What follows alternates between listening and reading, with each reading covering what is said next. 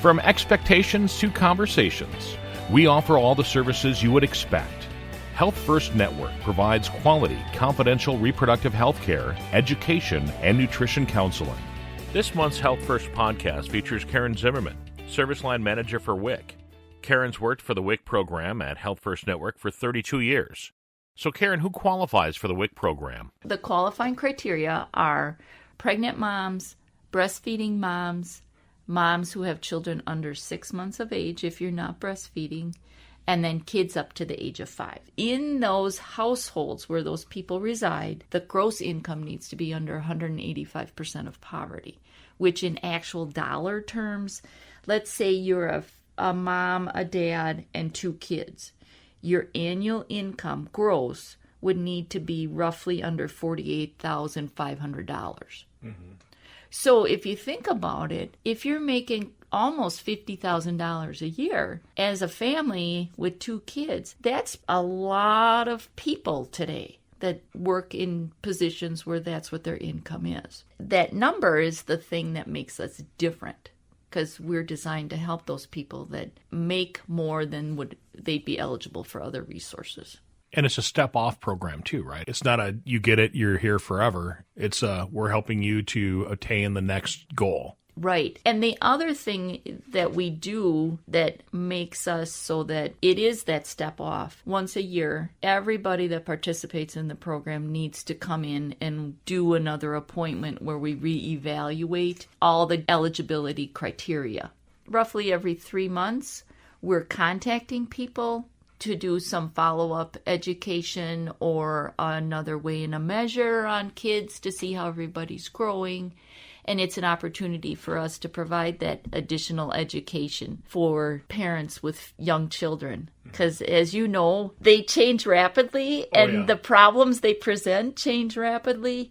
And we're here to provide that just one-on-one education to help parents do the best they can to help their children grow to be the best they can.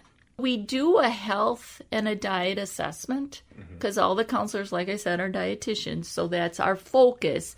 So if you think of a well-child visit with a nutrition focus, we don't do medicine, we don't do what the doctor does, but we also are trained and can identify things that would warrant hey, this is something that you maybe want to give your doctor a call about because this doesn't look quite right. So Karen, the program's called WIC, Women, Infant, and Children. But I know that there's some single dads that are raising kids, or there's grandparents that are raising kids, and, there's blended families. And families nowadays, they're a lot different than they used to be. How does that work? Are they able to get help from WIC? Yes. And those are ones, too, that we really struggle to reach because they don't realize that we're here to help them as well. Because the child is the one that's eligible for the program. So if the child meets the criteria for eligibility, whether it's the grandparents raising the child, the dad, a foster child, if they qualify, they can qualify for as long as they meet the criteria. If, for example, a child qualifies for Badger Care, they most likely would qualify income-wise, even if the child is with grandma and grandpa, and they could get the help because the child meets the criteria. So it's all about helping the children. Yes, helping the children. And so we really encourage anybody that is interested in at least checking it out.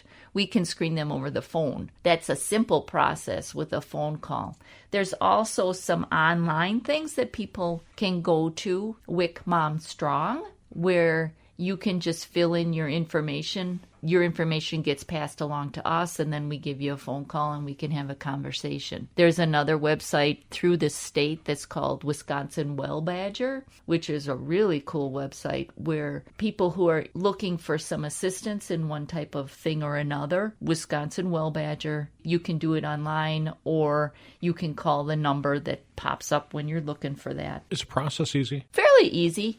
If you were to come for an appointment, what happens is you get checked in. We do have some documentation that families need to provide, like a piece of mail, ID, check stubs, and then have a conversation about where the family wants to do better and set goals. in 3 months they come back to see us or we contact them, then we're checking in and helping them do better, whatever they wanted. For more information, visit www.healthfirstnetwork.org or find us on social media at HealthFirst Network, Inc.